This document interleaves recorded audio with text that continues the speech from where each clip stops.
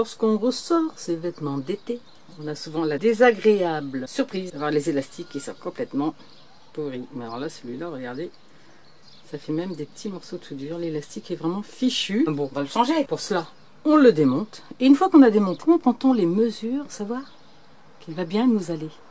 Lorsqu'on a ce type d'élastique, donc là, pour bustier ou pour taille, c'est très simple. Tu mesures ton tour au-dessus de la poitrine, en l'occurrence 95, et tu enlèves 20 cm, tout simplement. Bon, si sur cette pièce, il suffira de refaire un petit rabat et de le glisser ensuite avec une épingle à nourrice, il y a d'autres pièces où il y a déjà un feston et on ne va pas faire de rabat. Donc là, il va falloir bien repositionner son élastique. Pour cela, c'est très simple. Tu prends ton élastique. Alors déjà, on travaille bien sûr sur l'envers. Positionne bien au niveau des coutures. Tu poses ton élastique d'un côté, à la hauteur d'où tu veux le poser. Ici, en l'occurrence, je vais laisser le petit feston pour que ça soit joli ensuite. On le plie en deux. Et on arrive de l'autre côté. On fait la même chose. On plie en deux. On trouve l'autre moitié. On appelle ça la technique du 4/4. Pour mon élastique, c'est la même chose. Je prends mes mesures comme ça.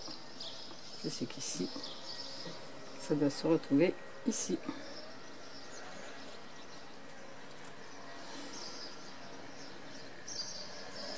Reste plus qu'à coudre sur tension. Donc ça va être facile parce que tu vas tendre d'une épingle à l'autre. Ça se passe là? Tout de suite. Monsieur Épingle, ton travail est terminé. Maintenant, on va passer à Madame Machine à coudre. À la machine. On positionne bien sûr sur la première épingle notre fil. On prend un fil de polyester bien solide. Le coton étant trop cassant.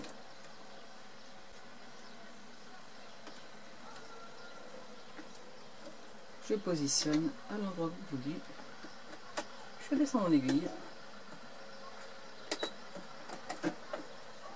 Bien au centre.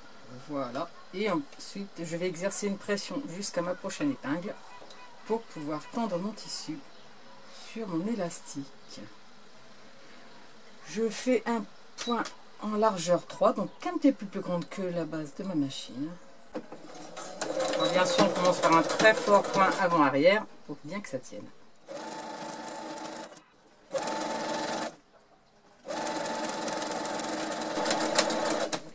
On arrive pile poil sur l'aiguille. Et on continue comme ça, tout le tour. J'utilise ici, selon toujours la matière de mon tissu. Là, en l'occurrence, j'ai pris une aiguille universelle. Mais il faut vraiment adapter aussi son aiguille, bien sûr, à la qualité de son tissu.